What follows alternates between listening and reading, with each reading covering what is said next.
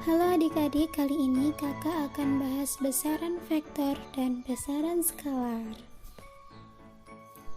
Selain dapat dibedakan berdasarkan satuannya menjadi besaran pokok dan besaran turunan, besaran juga dapat dibedakan berdasarkan arahnya. Ya, berdasarkan arahnya, besaran dibedakan menjadi dua, yaitu besaran skalar dan besaran vektor. Apa perbedaan besaran skalar dan besaran vektor itu? Apa yang membedakan keduanya? Seperti apa contoh besaran vektor dan besaran skalar itu? Nah, untuk menjawabnya, silahkan simak pembahasan berikut ini ya.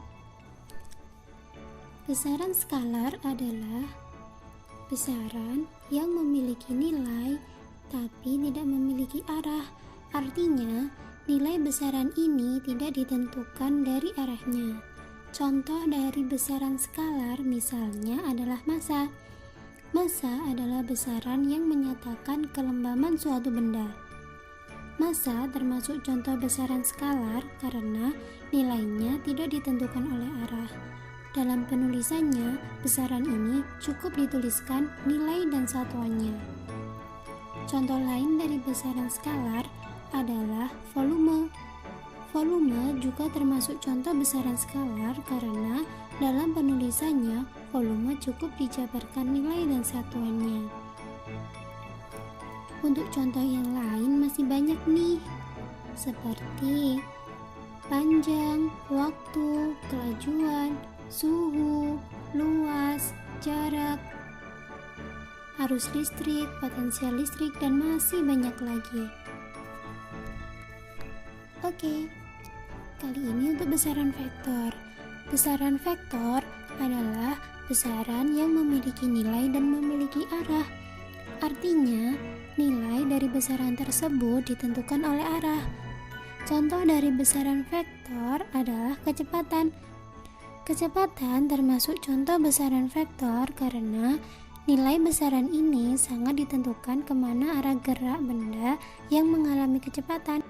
Dalam penulisannya, kecepatan dituliskan secara lengkap, mulai dari nilai, satuan, serta arahnya.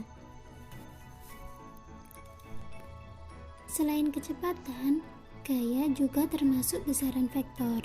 Gaya adalah besaran yang diperoleh dari hasil kali massa suatu benda yang bergerak dengan percepatan gerakannya. Gaya termasuk contoh besaran vektor karena nilainya dipengaruhi ke arah mana gaya tersebut bergerak. Selain kecepatan dan gaya, masih ada banyak sekali contoh dari besaran vektor seperti percepatan, impuls, momentum, medan magnet, medan listrik, dan masih banyak lagi. Berikut ini adalah tabel contoh besaran vektor dan besaran skalar.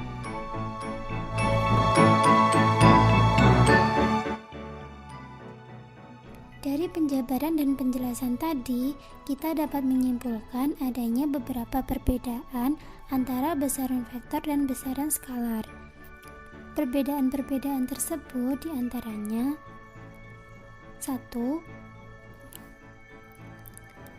Besaran vektor nilainya ditentukan oleh arah, sedangkan besaran skalar nilainya tidak ditentukan oleh arah. Besaran vektor ditulis dengan kelengkapan nilai, satuan, dan arahnya, sementara besaran skalar ditulis dengan kelengkapan nilai dan satuannya saja. Nah, itulah sekilas penjelasan yang dapat kakak sampaikan tentang besaran vektor dan besaran skalar.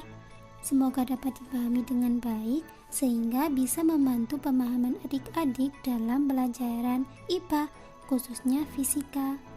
See you next time.